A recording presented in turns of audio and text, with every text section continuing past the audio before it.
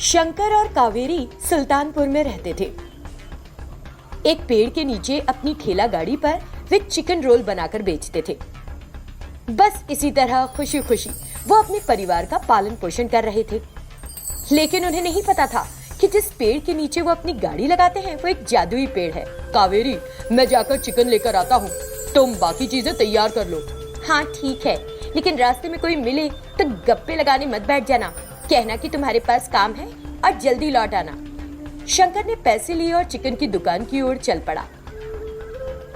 उसका ईर्ष्यालु पड़ोसी पुरुषोत्तम उन लोगों को खुश देखकर बहुत जलता था। ये तो दिनों दिन तरक्की किए जा रहा है, लेकिन मैं इन्हें बर्बाद कर दूंगा।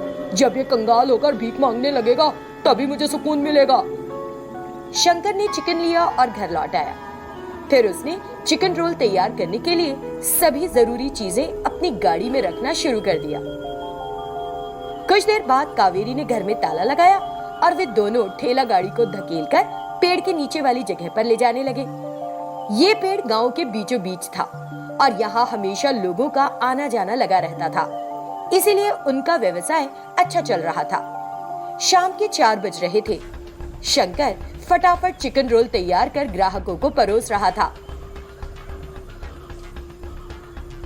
तभी पुरुषोत्तम वहां आया और खड़ा होकर सोचने लगा कि शंकर को कैसे परेशान किया जाए। तभी पुरुषोत्तम का ध्यान उस पेड़ की तरफ गया।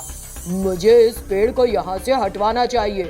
वो तुरंत गांव के सरपंच के पास गया और उसने सरपंच को वो पेड़ वहां से कटवाने के लिए पैसे दिए। सरपंच ने शंकर को बुलाया और उससे कहा कि उसके काम वाली जगह पर सड़क बनने जा रही है, इसीलिए उस पेड़ को काटना पड़ेगा।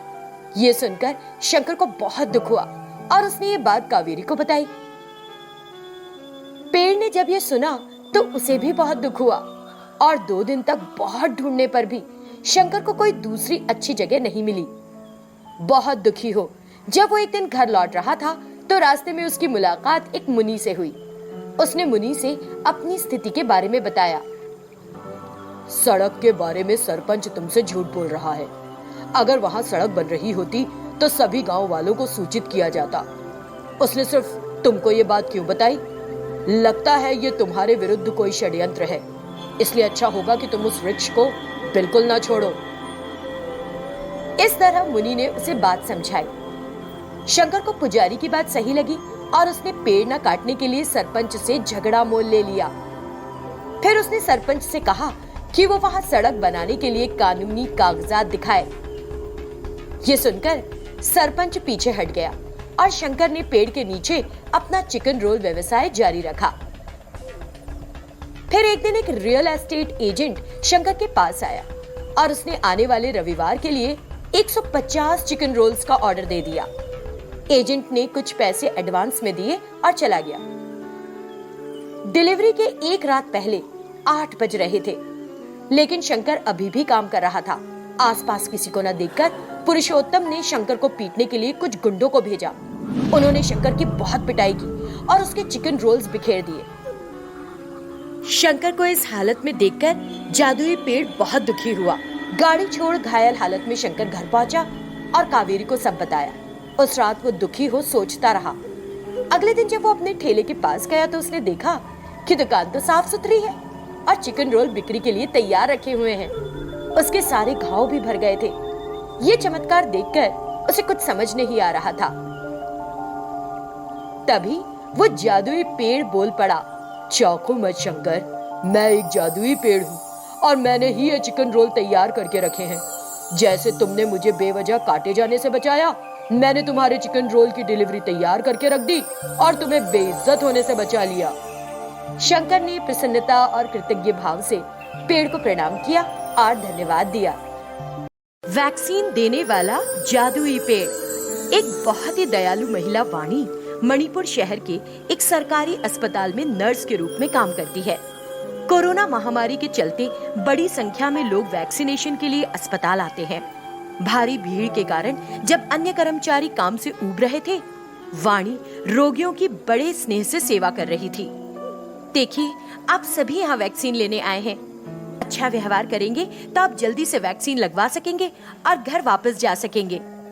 उसकी सलाह पर लोग कतार लगाकर एक के बाद एक वैक्सीन लेने आने लगे। जब वाणी उन्हें वैक्सीन का इंजेक्शन लगाती तो उन्हें जरा भी दर्द नहीं होता। सभी वाणी को पसंद करते और उसका बड़ा आदर करते। ऐसे ही मधु नाम का एक आदमी वैक्सीन के लिए आता है। मैडम जी, मैं पिछले 4 दिनों से इस अस्पताल में वैक्सीन के लिए आ रहा हूँ। बताते हैं कि वैक्सीन आएगी, लेकिन कोई लेकर ही नहीं आता। क्या आज वैक्सीन आ गई है मैडम? नहीं, अभी तक नहीं। तेरे की, तो आज भी वैक्सीनेशन नहीं हो पाएगा। मैं हर रोज आकर लौट जा रहा हूँ। हमारे लिए काम नहीं, खाने को खाना नहीं। हम यहाँ वैक्सीन के लिए आ रहे हैं क्योंकि घर पे बच्चे हैं, लेकिन कई बार चक्कर लगाने के बाद भी हमें अब तक वैक्सीन नहीं मिल रही है। क्या करें, कहाँ जाए? देखिए, हम अपनी तरफ से पूरी कोशिश कर रहे हैं। ये हालत गरीबों की ही क्यों है मैडम? जब हम वैक्सीन के लिए किसी निजी अस्पताल में जाते हैं तो वे एक इंजेक्शन का 850 रुपए चार्ज करते हैं। उतना पैसा कमाने के लिए तो हमें 4 दिन मेहनत करनी पड़ेगी। अभी तो काम भी बंद है। मधु वहाँ से निराश होकर चला जाता है। मधु जैसे लोग न तो निजी अस्पतालों का खर्च उठा सकते हैं और न ही सरकारी अस्पतालों में मुफ्त में टीकाकरण करवा पा रहे हैं। वो अपने घर वापस लौटते समय एक पेड़ के नीचे बैठ जाती है और मधु की बात को याद करने लगती है। ओ भली औरत, इस देर शाम तुम यहाँ क्यों बैठी हो? किस बात की चिंता है? वाणी उस अदृश्य आवाज से दंग रह जाती है और चारों ओर देखने लगती है, लेकिन वो वहाँ। डरो मत, मैं तुमसे बात कर रहा ये पेड़ हूँ। मैं एक जादुई पेड़ हूँ और अच्छे उद्देश्य के लिए मैं कुछ भी कर सकता हूँ। तुम एक भली औरत लगती हो, बताओ क्या चाहती हो?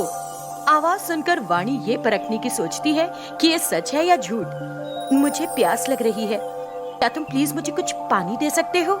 पानी क्यों, नारियल पानी लो। पेड़ वाणी को नारियल पानी देता है। वाणी को उस पर विश्वास हो जाता है। ओह हाँ, तुम तो सच में एक जादुई पेड़ हो।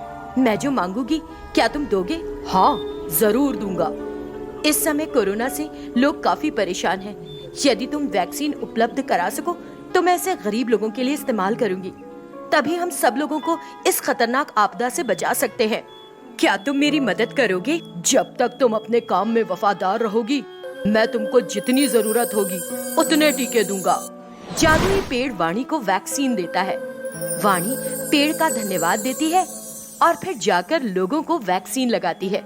सभी वाणी की सेवाओं के लिए उसकी सराहना करते हैं और उसे धन्यवाद देते हैं।